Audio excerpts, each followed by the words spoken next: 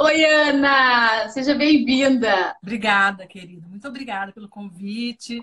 Por vir conversar com você, que é uma delícia. Contando um pouquinho como a gente se conheceu e os trabalhos que eu já fiz com você. Um E da monte, primeira né? vez que você me... Um monte. Eu falei, putz, eu não consigo nem lembrar, sabia? E aí, da primeira vez que eu fui fazer a constelação, mas eu falei para elas que eu queria lembrar de uma coisa que me marcou muito, assim. E eu me lembrei de um exercício que a gente fez na escola de líderes, que foi um, Ah, um foi murro na contigo? boca do meu estômago. Foi. Porque eu já vinha trabalhando em terapia a questão da minha postura de salvadora, né? De querer ajudar todo mundo e atropelar todo mundo e fazer as coisas por todo mundo. E eu tinha consciência que eu fazia isso, mas eu não sabia como, sabe aquela coisa que você sabe que você faz, você sabe que não é legal, mas quando você vê, você já fez. Então eu não conseguia interromper. E eu me lembro que a gente fez um exercício de sistêmica na escola de líderes e que você colocou uma pessoa na minha frente e que você falou para mim, fala para ela, tá aqui que eu faço por você. Nunca, olha, de eu falar isso, eu fico arrepiada até hoje. E é uma amiga muito querida minha. E aí eu falei para ela, dá aqui que eu faço por você. E quando eu falei isso, ela caiu. Blum. Assim, ela caiu, o corpo dela caiu. E ela ficou olhando para mim com uma cara. E aquilo fez. Eu falei, nossa, é isso. É isso que eu faço com as pessoas sem ter. Então, assim, aquele exercício único foi um divisor de águas para mim, porque eu falei, meu Deus, eu não posso mais fazer isso. Agora eu vi. Então saiu do É, campo da consciência e passou a ser uma coisa assim, prática. como diz o Érico Rocha, depois que a gente vê, não tem como desver. É isso mesmo. Quando a gente se expõe a algo, a uma realidade, a nossa consciência ela se expande. Toda vez que a gente aprende algo novo, a consciência se expande. Graças a Deus, a nossa consciência nunca mais ela se retrai. A gente vai sempre expandindo cada vez mais, cada vez mais. Então vamos começar por aí, essa conversa? Vamos. Esse exemplo que a Lívia está dando é um ótimo exemplo. Eu imagino que aqui na sua audiência, a grande maioria são mulheres que trabalham com mulheres, né? Não só com mulheres, mas com muitas mulheres. Eu venho, nos últimos anos, trabalhando muito com mulheres. E o que eu vejo, eu não sei se tem gente aí que já me acompanhou ou não, mas o que eu vejo é que as mulheres, especialmente, são muito salvadoras, né? São muito nessa postura que a Lívia está falando, né? Que a Lívia era, e que eu também já fui. Eu falo para as minhas alunas que eu era Santa Ana Patrícia de Calcutá, quando eu comecei, sabe? No meu consultório só aparecia gente que não sabia pagar, ou que não podia, ou que não era comprometida, sabe? Eu fazia de graça, eu tinha dó de todo mundo. E uma das grandes sacadas, assim, não é nem sacada, é mais do que uma sacada, uma grande percepção de realidade que a constelação familiar trouxe para mim, e que é isso que trouxe para a Lívia, que ela está contando, é quando a gente percebe que quando você não vê a força do outro, né, da sua equipe, do seu time, da sua paciente, da sua coach, da sua aluna de Uhum. yoga, da sua, sei lá, da sua paciente no consultório, se é médica, qualquer profissão. Quando a gente não vê a força da outra mulher, por exemplo, na verdade, quando você faz por ela, quando você salva, é porque você não vê a força dela. Então é isso. Quando a gente está na Salvador, eu falo nas constelações familiares. Eu queria falar um pouco sobre a origem desse nome, né? Constelação é um verbo que vem do alemão. No alemão, os verbos eles são dinâmicos, eles não são estáticos como na língua portuguesa. Então, constelação é um verbo grandão que significa colocar cada um no seu lugar. É sobre estarmos no nosso lugar na vida. Depois da tradução para o inglês, virou constellation. E de constellation virou constelação, que remotamente nos leva a isso. Você pode até pensar, uma constelação de estrelas, cada Mas uma traz ali uma no coisa seu meio lugar. mística, né? Acho que a Aí quando pessoa, quando escuta pela primeira vez, tem uma coisa assim, como se fosse algo místico, como se fosse uma coisa tipo, oi, que né? não é. É, No exato. começo, quando eu pedia para as pessoas fazerem, quando eu pedia para alguém de marketing, né? Quando eu não tinha minha equipe e tal, eu pedia para alguém fazer um folder de constelação familiar, vinha sempre aquelas estrelas no céu, né? Não tem nada a ver, né? Mas, enfim, a origem é sobre a gente estar no nosso lugar. O Bert Hellinger, exatamente. Alguém escreveu Bert aí. O Bert não é o criador das constelações familiares. Ele pegou um trabalho que já existia antes, da Virginia Satir, de várias pessoas, mas ele foi o grande sistematizador Ele contribuiu com coisas inéditas, ele acrescentou, ele criou essa metodologia e o melhor de tudo, ele divulgou para o mundo inteiro. Então, ele tem um grande mérito para que a gente hoje esteja aqui no Brasil falando sobre isso, né? E Uhum. então a constelação, para a gente que é constelador, a coisa mais importante na vida é que a gente aprenda a estar no nosso lugar, né? E no caso, por exemplo, se você é uma diretora de vendas, se você é uma consultora, qual que é o meu lugar, né? Então, se eu sou uma diretora, eu vou salvar as minhas consultoras, eu vou fazer por ela, eu vou emprestar dinheiro, eu vou emprestar cartão, vou fazendo isso com umas loucuradas que eu já escutei por aí, gente, que eu já atendi muita diretora, tá? Eu sei, eu É sei. isso mesmo, amigo. Eu já atendi muita diretora da Mary Kay. Então, mas o que acontece quando eu estou fazendo isso? Por que que eu estou fazendo isso? Eu não acredito que elas dão conta de fazer? E isso é sustentável? Por quanto tempo uma consultora do meu time vai poder ficar comigo arrastando, né?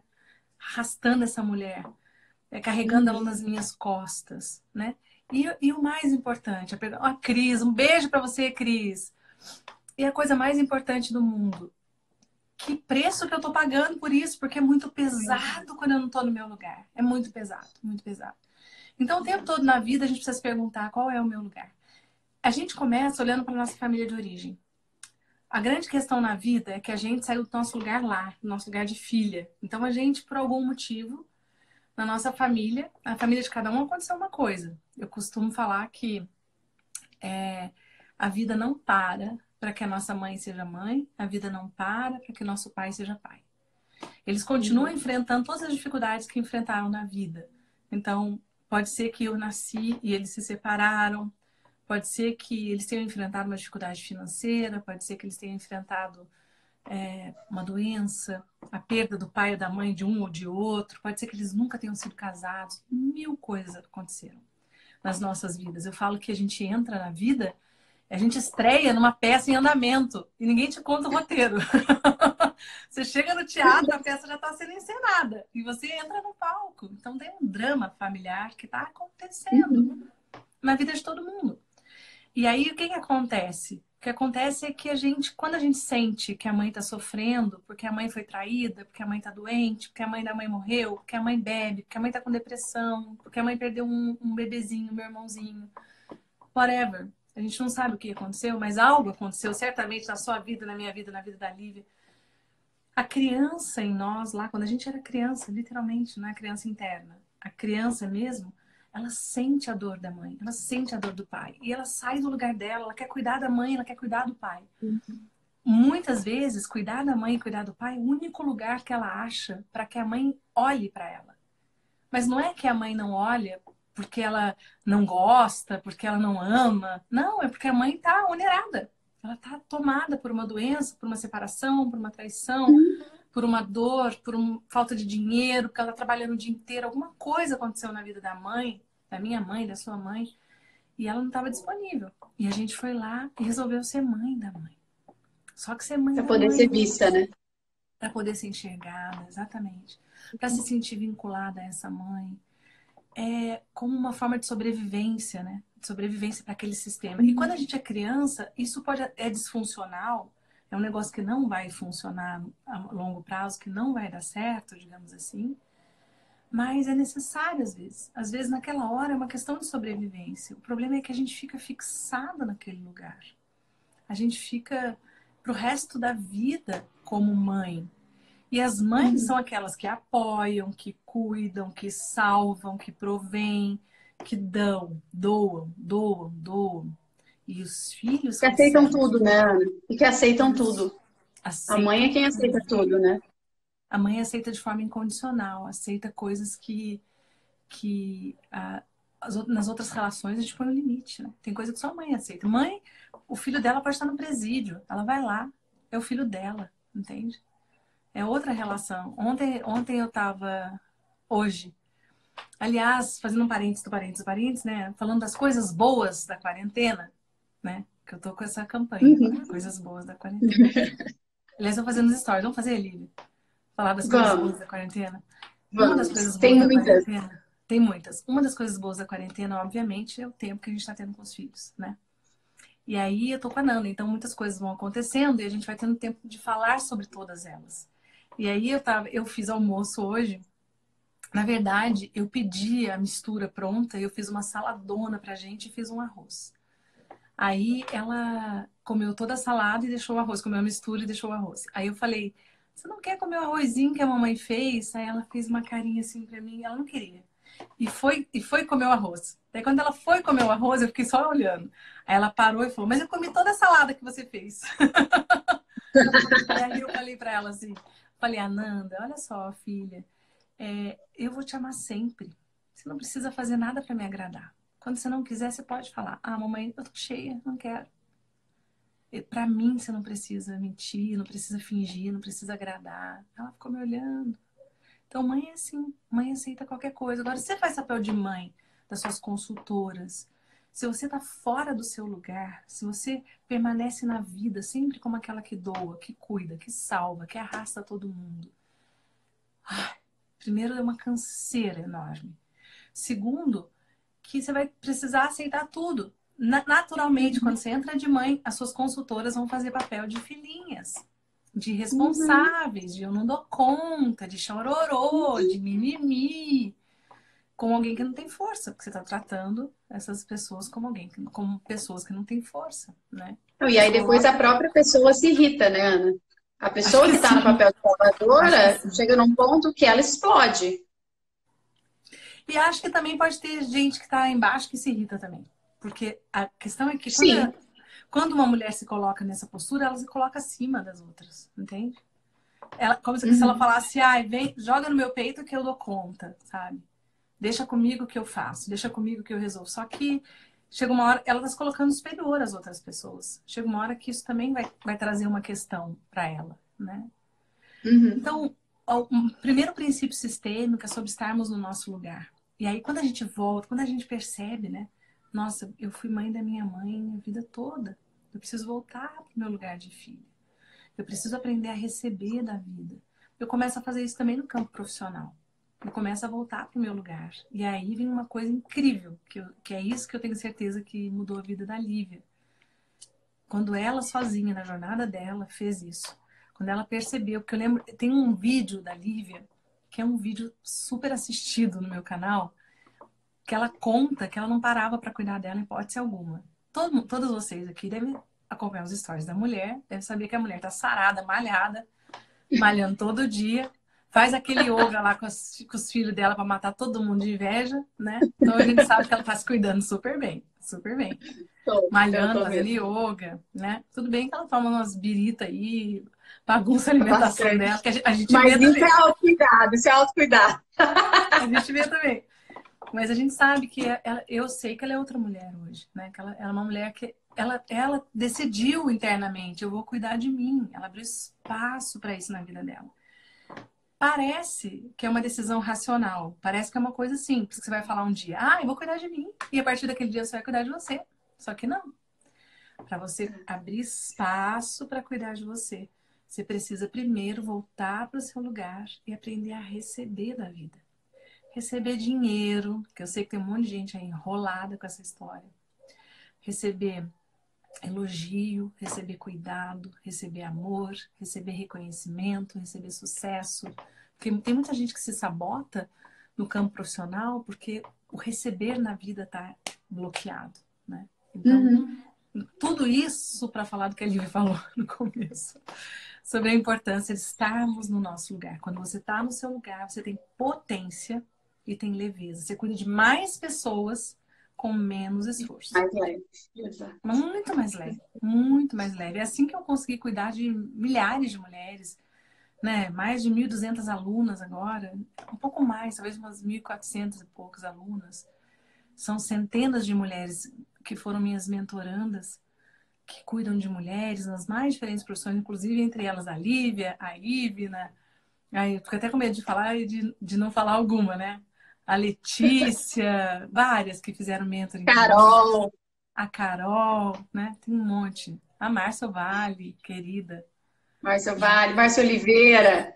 A outra Márcia, um monte de mulheres, né? Que fizeram mentoring comigo, que fizeram outras coisas. Então, é esse processo que é longo, né? Mas a gente começa, é um processo é longo, mas ele dá resultados muito efetivos na nossa vida. Então vale muito a pena investir nisso, né? E que não volta, né? Eu acho que o que mais me marca é que às vezes, eu sinto que às vezes a gente tenta caminhar sozinha por algumas estradas, só que a gente não entende bem como fazer. Então é pesado e você vai e você volta, e você vai e você volta. Então, não é que eu nunca quis me cuidar. Então seria um absurdo eu falar, nossa, mas eu nunca tinha tido desejo de me cuidar. Claro que eu tinha desejo de me cuidar, mas eu começava e eu não conseguia seguir. Então eu começava e eu voltava, eu começava e eu voltava. Então eu vejo que a questão é você efetivamente conseguir evoluir. Eu me lembro até de pensar em alguns momentos e falar, nossa senhora, tipo, cheguei no master. E quando você passa alguma coisa, fala, nossa, agora eu aprendi tudo. Agora se eu morrer, tá na hora que eu aprendi tudo. Tá tudo E bem. depois eu falo, não, pera, não. Calma, Não é ainda bem tem. assim. Agora vem a próxima coisa. Mas é porque há essa sensação de que você virou uma página, que você deu conta daquilo e que agora outras coisas vão surgir, novas coisas para você E dar aí a conta. vida vem e fala, agora você vai ficar em casa. E aí tem outra lição para a gente aprender. Tem sempre uma nova lição que a vida traz. E a gente tem que se adaptar o tempo inteiro, né? O tempo inteiro a gente está se adaptando. Exatamente isso. Ô, Ana, deixa eu te falar. As meninas colocaram algumas perguntas. Eu abri uma caixinha de Bora lá. perguntas antes. E Que a legal. primeira pergunta teve mais de uma vez, inclusive, e com variações. Então, teve gente que simplesmente falou assim, tá, mas como é que funciona a constelação, tipo, na Uhum. prática? Teve outra que escreveu assim, como é que funciona? O que ela vai consertar em mim? Achei super engraçado. Nada. Nada. Eu achei, Nada por essa nossa foi a minha cirurgia. favorita. Quem conserta nariz, boca, esses negócios é cirurgia Mas plástica. tinham muitas variações da pergunta como funciona, com anexos assim, mas o Tá. fundo era, mas como é que funciona a constelação? Uhum. Vou explicar para vocês duas coisas, tá? A primeira coisa é a constelação familiar em si. A constelação ela é uma ferramenta, ela é um rito, um ritual, onde você consegue acessar certos movimentos de alma da nossa vida. Eu vou explicar primeiro o que é um movimento de alma. A gente tem a nossa consciência, né, onde a gente racional, não, a consciência é mais do que a razão, mas enfim, a gente pensa de forma racional, a gente tem essa consciência de quem a gente é. Então, da nossa identidade, do que a gente está fazendo nesse momento na vida, certo? Então, eu sou a Ana, eu tenho 47 anos, eu faço isso, eu amo aquilo, eu sonho com aquilo. E às vezes eu acho que eu estou fazendo certos movimentos na vida, quando na verdade, eu não estou. Porque existe um outro nível mais profundo, que é o nível que a gente fala das nossas intenções. Não as intenções que a gente conscientemente coloca, ai, que você fique boa, que você se cure, essa intenção. Não. De movimentos de alma que vêm lá de trás, dos nossos pais, dos nossos avós, bisavós, dos nossos antepassados. Então eu costumo dizer que a nossa alma, ela é coletiva. A gente acha que tudo é nosso, mas não é. Junto com o nosso DNA, junto com a cor dos olhos, cor do cabelo, estatura, probabilidade de doenças e outras coisas que a gente recebe pela nossa carga genética, a gente recebe também traumas emocionais que os nossos antepassados viveram, predisposição a certos comportamentos, formas de reagir na vida, padrões emocionais. Esses padrões emocionais, eles determinam muitas coisas na nossa vida. E isso vem tudo junto. Hoje, através da epigenética, a gente já tem estudos muito interessantes. Então, tem gente que fala sobre inconsciente familiar. Cada um chama de um jeito. Na constelação, a gente fala de sistema familiar e de campo. A gente chama essas informações que chegam de campo. O campo é um espaço de informação. E hoje, pela física quântica, é mais fácil da gente entender também, né? A gente entende que tem uma informação chegando até o meu celular que eu não enxergo, né? Que tem aí uma comunicação que eu não enxergo, mas que traz um monte de informações para o meu celular depois que eu coloco um chip nele, né? Depois que eu conecto ele com uma rede de internet. Da mesma forma, o nosso campo é um grande Wi-Fi. A gente recebe as informações dos nossos antepassados. E essas informações, elas não são decodificadas racionalmente. Então, um jeito que eu encontrei de explicar é que na constelação familiar é como se ela fizesse uma fotografia, um raio-x da alma. Como se ela revelasse certas informações que a gente captou por Wi-Fi das nossas gerações anteriores e que a gente não está consciente delas. Então, vamos dar alguns exemplos para ajudar vocês. O primeiro exemplo que eu gosto de dar é um exemplo que eu dei outro dia também numa live, que é bem simples, que é meu. Meu avô, pai do meu pai, ele teve tuberculose. Isso, meu pai morreu há 8 anos, meu pai estava com 80. Então, foi bem perto do aniversário dele. Então, há 88 anos. Meu avô morreu quando meu pai tinha 9. Então, há 79, estou fazendo a conta certa, né? Há 79 anos atrás, né? Meu avô teve tuberculose. Um pouco antes, porque ele ficou alguns anos doente. Então, vocês imaginam que naquela época não existia penicilina, que não existia nenhum tipo de conhecimento sobre essa doença. Essa coisa que a gente está vivendo agora, esse medo do contágio, aquela coisa toda. Meu avô ficou isolado, então não podia ter contato, porque não podia espirrar, tossir as mesmas coisas que a gente está vivendo agora, e tinha que ferver tudo e tal. Com aquele pânico, porque não existia a quantidade de informações que a gente tem hoje, né, para poder se proteger. Então, naquele contexto que eles estavam vivendo, os vizinhos da minha avó e do meu avô, provavelmente, imagino eu, que tinham medo de que as crianças brincassem com meu pai, os irmãos do meu pai, os meus tios, e de se contaminarem, de alguém se contaminar com a doença do meu avô.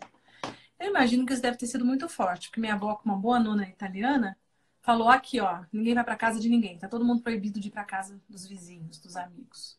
Botou todo mundo embaixo da asa e fez essa determinação para proteger os filhos dela, provavelmente de experiências de rejeição, né? Sim. Isso é o que eu imagino.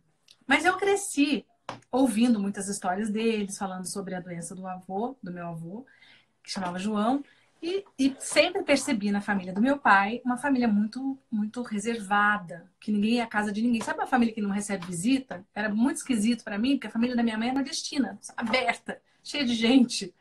E a família do meu pai era fechada, completamente resguardada. E um dia, e eu sempre soube disso, eu sempre percebi isso, e eu sempre fui uma pessoa de ir muito pouco à casa dos outros. Muito pouco, e quando eu vou, eu acho que eu estou incomodando.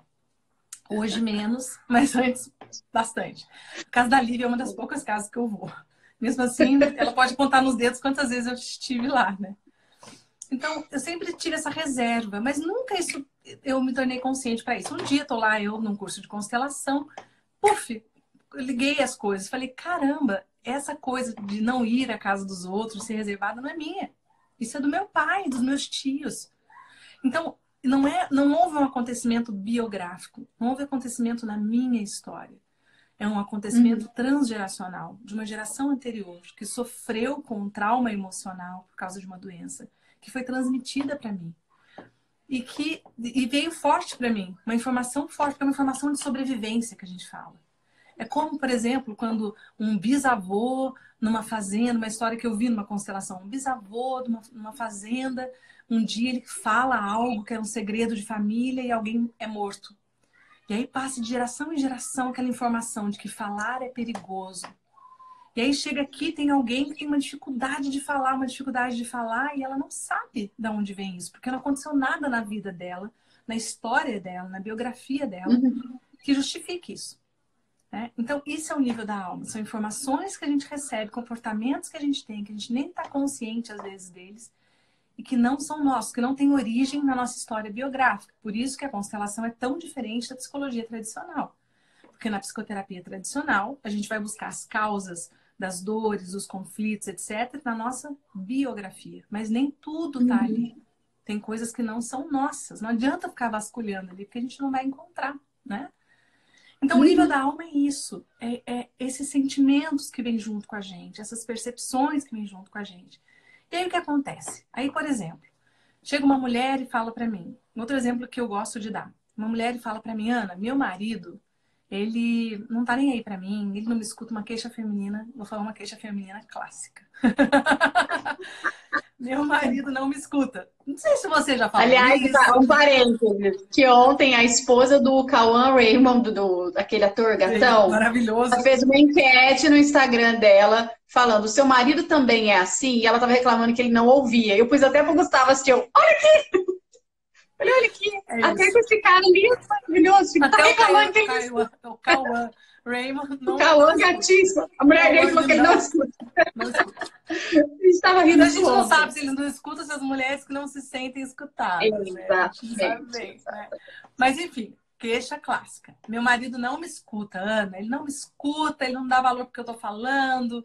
Eu falo, não adianta nada, ele não muda. Essas queixas. Ok. Aí você coloca os dois no campo. Aí vou explicar agora como é que é a constelação. A pessoa vem com uma queixa, por exemplo, essa, tá? Ah, meu marido não me escuta. A gente coloca uma pessoa que vai representá-la, ela, a mulher que tem a queixa. Por exemplo, se for uma constelação em grupo. Eu faço individual também, faço online.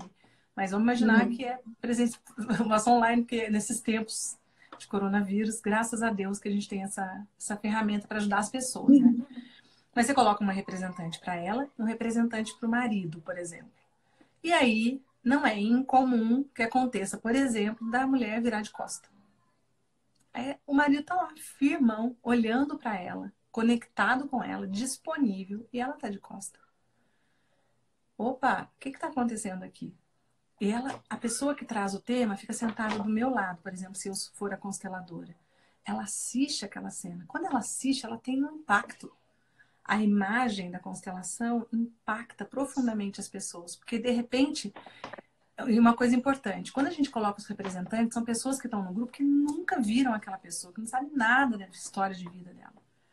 E quando ela se conecta com esse campo de informação, com esse Wi-Fi familiar, a maioria das pessoas fica muito tocada, emocionada, chocada. De repente, ela toma consciência. Nossa, eu que estou indisponível. Eu que não estou olhando para o meu marido. Não é ele que não escuta. Aí, a partir daí, um movimento dentro dela começa a acontecer. Porque esses movimentos, a gente fala que a constelação ajuda a gente a se mover. A gente só pode ser movida na vida, sair de um lugar que a gente está para outro, para voltar para o nosso lugar, para olhar para a vida, para olhar para alguém que a gente ama, para olhar para o amor de alguém. Porque às vezes você está com o marido há 20 anos e nunca olhou para o amor dele. Porque você está emaranhada com questões dos seus pais, está misturada. Você está fora do seu lugar. Então você nunca de verdade olhou para o amor dele. Então, a partir daí a constelação começa a agir, né? Então, isso é uma constelação familiar. Você vai num grupo, por exemplo, presencialmente, chama pessoas que vão representar você, seu marido, ou seu pai, sua mãe, sua avó, pessoas da sua família, depende do problema que você levar. E através dos movimentos corporais, tem pouca fala, tá, gente? Eu sei que tem muitas variações de acordo com o constelador, mas a rigor, assim, do jeito como a constelação inicialmente foi concebida, ela é mais corpo e menos fala. Mas existem linhas que usam mais fala, né? Eu uso bem pouca fala. Então, através dos movimentos, o que acontece, por exemplo, quando a Lívia falou que ela falou, deixa que eu faço para você, a pessoa foi pro chão, ela percebeu que a pessoa ficou completamente sem força, né? Que impactou a Lívia. Então, isso impacta as pessoas. Agora, para além das constelações, que são essa ferramenta que a gente faz em workshop, que nem todo mundo pode ir lá fazer, existe uma coisa que é a abordagem sistêmica, que são as leis que regem as constelações. E isso eu posso ensinar, qualquer pessoa pode ensinar para todas as profissões. E isso é o que a gente aplicou para o time da Lívia, que a Lívia aplicou no trabalho dela, que é a abordagem sistêmica. Não sei se eu fui clara, espero que sim. Acho que foi. Não, e os exercícios, acho que quando só o fato de você começar a entender as leis da sistêmica e o jeito de olhar para as coisas fica tão diferente, o tempo todo a gente consegue se questionar, até sobre a nossa própria postura. Então, eu vejo como uma ferramenta de observação para mim. Então, pera, nossa, sai do meu lugar. Não, mas o tempo todo, assim, nas minhas relações familiares, nas minhas relações com a minha Thaísa equipe. tá falando Então, que mais claro é impossível. Obrigada, Thaís. Thaísa. Nossa, eu tô lá em cima. Pronto. E aí eu tenho essa sensação de que eu consigo perceber. Então, mesmo que eu não. Então, nem tudo eu levo para uma constelação, mas nossa, pera, eu saio do meu lugar aqui, pera, isso aqui tá desequilibrado, eu tô dando mais, pera, por que eu não tô recebendo? Então, acho que o conhecimento já abre essa primeira porta, pra gente se olhar e falar, opa, pera, acho que eu tinha que Isso mudar isso hoje, aqui. líder, é o que eu mais gosto de fazer, é aplicar esse olhar sistêmico das constelações para as profissionais nos diferentes contextos delas, para ajudá-las a perceber qual postura que ela está assumindo diante do time dela, que postura que ela está tendo. Porque uma coisa que eu sempre falei para a Lívia, que eu sei o quanto a Lívia tomou disso, o quanto ela aplica isso na vida dela, o nosso time, a nossa equipe, as minhas alunas, elas são reflexo da minha postura de líder. Então, se eu não consigo olhar para a minha postura, e sozinha, às vezes a gente não consegue mesmo olhar para esse nível tão profundo, fica difícil de eu compreender por que eu não estou tendo resultado, por que as coisas estão difíceis, por que tem tanto conflito, por que não tem energia, enfim, né?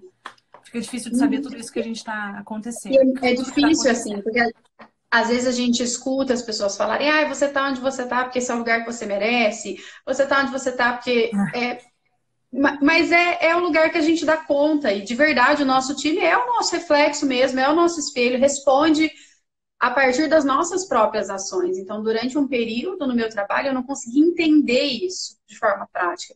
Eu até tive uma experiência no mês retrasado do retorno de uma pessoa que foi da minha equipe há muitos anos atrás.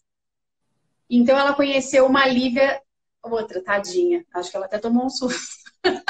Então, quando ela foi da minha equipe, lá atrás, ela conheceu essa Lívia fora do lugar, salvadora, eu faço por você, eu resolvo, eu isso, eu aquilo, blá, blá, blá, blá, blá, blá.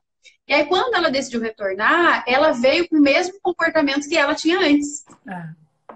Porque ela tinha aprendido com aquela Lívia lá de trás. E para mim, foi tão interessante observar isso. Falei, nossa, eu mudei mesmo, que coisa, tive até que avisar. Eu falei para ela, olha, deixa eu te falar uma coisa, para você não se chatear, para você entender. A Lívia que você conheceu não é a Lívia que eu vou te apresentar agora. Então, aquela líder, você não vai encontrar mais. Mas eu sou uma líder melhor hoje. Eu vou te ajudar mais agora. Certamente. Mas foi muito interessante, porque ela veio nessa postura de filha para mim, fazendo até birra. Sabe assim? E aí eu falei, nossa, eu tinha uma criança birrenta. Eu não sabia. Eu criei. E aí foi interessantíssimo, porque o que ela fez nos primeiros 15 dias dela de negócio, agora, ela não fez no ano que ela ficou antes. E eu falei, nossa, ela viu. Ela viu que eu olho para a força dela agora. Que legal, eu olhei para ela e falei, então, você dá conta, amiga. Você dá conta. Ela, eu não tô conseguindo. Eu falei, vai sim. Vai sim. Vai sim. E não era só a fala, né? Eu sei que não é só a fala, então era a postura. Exatamente, exatamente. Não é uma fala desconectada, né? Não é uma fala racional da boca para fora. É uma postura. As pessoas, isso é uma coisa muito importante. As pessoas não respondem ao que a gente fala. Elas respondem ao como a gente fala. Elas respondem à nossa postura, né? Um exemplo que eu gosto de dar é no Brasil, quando dois homens se encontram e falam, seu viado, seu não sei o quê, nem vou ficar falando as palavrões todas que a galera fala. E vai lá e abraça o cara, e quanto mais xinga, quanto mais íntimo, mais xinga, né? Mais abraça, mais xinga. E eles se sentem ofendidos? Não. Por quê? Porque tem uma postura de afeto, de intimidade, né? Agora, fala a mesma coisa um homem com uma outra postura para outro homem, chama o outro de viado, por exemplo. Ele tá chamando para briga. Então, não é a palavra em si, é a postura, é como a gente fala. Se a gente chama uma pessoa de querida e fala, fulana é uma querida. Ou se você fala, tá bom, querida. Pronto. A outra mulher entendeu a sua arrogância, a sua ironia, a sua rejeição, seu sentimento de que você é melhor. Então, tudo é a nossa postura. Agora, a nossa postura, como a gente se coloca na vida, falando do ponto de vista profissional, né? Que acho que uma das aplicações mais incríveis das constelações, a nossa postura é invisível pra gente. A gente não enxerga. Então, à medida que você vai estudando, que você vai aprendendo, que você vai se tornando claro, você fala, caramba, eu tô me colocando assim para as pessoas. E aí você começa a mudar. É um turn point, é uma chave que você literalmente muda, né? Eu posso fazer um convite para sua audiência aqui, Lívia? Pode. Eu acho que elas querem perguntar alguma coisa, porque eu tô vendo elas falando, uai, um arroba, pelo amor de Deus, mas eu não sei, tinha muito comentário. Eu acho elas estão perguntando como que faz constelação online. Tem Ah, várias. tá, ok. Vou contar para vocês. Online, existem outras técnicas, tá? Não vou entrar muito na parte técnica, porque daí eu teria que explicar muitas outras coisas. Acho que não é esse o interesse de Uhum, vocês. Mas é possível fazer online. Eu faço individual online, não dá para fazer em grupo. Pelo menos não a constelação. Dá para a gente ensinar as leis, outras coisas. A gente usa outras técnicas. Por exemplo, os bonequinhos, que talvez vocês já tenham visto, aqueles tipo Playmobil, a gente pode usar. Uma outra técnica chama âncoras de solo. Quando você coloca âncoras, no caso, pode ser até em cima da mesa, ao invés de ser no solo, para representar as pessoas da sua família. E tem uma outra técnica com os olhos fechados. Tem várias técnicas que a gente pode usar uhum. para você perceber a sua postura, para você representar as pessoas da sua família e entrar nesse nível mais profundo. Nesse nível profundo, tem coisas muito fortes que emergem. Por exemplo, às vezes uma pessoa está, uma mulher está olhando para a morte, está no movimento de olhar para a morte. O que é isso, olhar para a morte? Olhar para a morte é um movimento. A gente tem dois movimentos na vida, né? A vida e a morte. Agora, também, nesse momento que a gente está vivendo, hoje eu estava pensando sobre o coronavírus, né? A gente pode olhar para a morte, a gente pode olhar para a vida. A gente está sendo tão bombardeado Agora de tá forte, né? informações, Tá muito tão forte, forte isso. muito forte. Tem gente apavorada, em pânico, né? Tem gente em pânico total. Eu fui ao Uhum. supermercado, eu tô em casa, gente. Eu saí 2 vezes, desde segunda-feira, semana passada. Uma vez para ir ao supermercado. Agora já me mandaram todas as listas do delivery, não preciso nem para ir ao supermercado. Mas nessa vez que eu saí para ir ao supermercado, que foi na quarta-feira, semana passada, eu encontrei uma amiga. Quando ela me viu no supermercado, ela falou, Ana! Daí eu falei, oi, tudo bom? Ela falou, tô quase chorando. Começou a chorar. Ela não tava quase chorando, ela tava chorando. Aí eu Tá falei, chorando já. você não tá, amiga? Eu falei, não, amiga, eu tô meditando. Aí ela, ai, tô precisando meditar. Eu falei, vou começar uma jornada de meditação, segunda-feira. Ai, nem vou te abraçar, nem vou te abraçar. A gente conversou de longe mesmo. Falei, Uhum. amiga, hoje não vai dar. Aí a gente foi conversando, mas ela tava assim, desesperada. Porque se a gente não cuidar, a gente tem um campo de medo ao nosso redor muito grande. Esse campo de medo, porque existe uma ameaça concreta, ao mesmo Sim. tempo que a gente precisa se cuidar, é óbvio, né? E ao mesmo tempo é uma ameaça que a gente não sabe de onde que vem, em que momento que vem e se vem, não se concretiza, né? Uma ameaça real, mas que não se Uhum. concretiza. Então, o nosso sistema nervoso central fica em alerta. Então, é muito importante que vocês meditem, orem, rezem, falem com as pessoas que vocês amam, mesmo que seja pela internet. Hoje a gente fez um call, eu chamei as amigas, que a gente tem uma grande amiga querida que está fazendo tratamento de câncer. E está isolada como a gente, né? E hoje era aniversário dela. Então hoje a gente fez uma surpresa para ela, foi maravilhoso. Então esses goles de afeto na nossa vida, ficar com o cachorrinho, ficar com o gatinho, abraçar filho em casa, fazer coisas que nos deem afeto e nutrição para o coração, que acalme o nosso sistema nervoso central. Porque senão a gente fica tão bombardeada, tantas mortes, tantos casos, mais mortes na Itália, mais morte não sei onde, mais morte não sei onde. A gente fica olhando para a morte. E olhar para a morte é um movimento que leva a gente para o medo, para a contenção, para a gente ficar paralisada. A gente ou tem uma reação de agressividade, né, de luta, que é a Uhum. nossa reação natural na vida, de querer bater, morder, xingar, então a gente fica agressiva. Fica a flor da Ou pele, né? a flor da pele, como essa minha amiga. Ai, não vai chorando, não sei o quê. Uhum. Né? Que Uhum. ela deve estar agressiva. Ou a gente tem uma coisa de esquiva, de se paralisar, de fugir, de querer negar. Então, nem Deprimir, negar, né? Um convite para deprimir também, né? Para isso, deprimir, para mergulhar numa tristeza muito profunda. deprimir, ficar em tristeza, ficar sem energia, né? Ainda Uhum. mais porque a gente está dentro de casa. Então, o movimento para a morte é esse movimento. E o movimento para a vida, olhar para a vida, é sempre um movimento de expansão. Então, mesmo que eu esteja em casa, eu tomo isso como uma oportunidade. Eu posso ler, eu posso estudar, eu posso trabalhar, eu posso vender, eu posso me conectar com as pessoas. Por exemplo, Ana, falar com meu amigo da Austrália de madrugada, porque eu não vou ter que acordar cedinho. Um horário ruim, porque a gente tem 13 horas de fuso. Então, o melhor horário para falar com ele é meia-noite, 1 hora da manhã. Horário que ele para lá. Então, sei lá, tem tantas coisas que eu não podia fazer. Eu posso escutar a minha filha, observar com calma, com presença, o movimento dela de querer comer para me agradar e falar algo naquela hora, tranquila, olhando nos olhinhos dela. tantas possibilidades, né? Então, olhar para a morte e olhar para a vida são duas polaridades que vocês precisam ficar atentas, né? Quando eu olho para a vida, eu me expando, eu ganho dinheiro, eu tenho contato com pessoas, tenho reconhecimento, eu estou crescendo. Olhar para a morte, eu estou me encolhendo. Então, tem muitas mulheres, por exemplo, que quando perdem um bebê, eu descobri isso empiricamente, que quando elas perdem um bebê, por aborto espontâneo provocado, isso não é da minha conta, elas ficam conectadas com essa criança que não foi incluída. Aqui na constelação familiar, a gente descobre que existe uma alma familiar e que todos pertencem. Todos têm um lugar, inclusive as crianças que não nasceram. Então, muitas vezes tem uma mulher que está olhando para a morte porque ela está conectada com uma criança que precisa ser incluída. Então, essas inclusões das crianças acontecem. E outras coisas muito profundas e muito bonitas que modificam. Por exemplo, alguém que estava brigado com o pai e que não falava com o pai há muito tempo, que tinha um grande julgamento, porque o pai traiu a mãe, por exemplo. E às vezes é muito comum que a menina faça aliança com a mãe.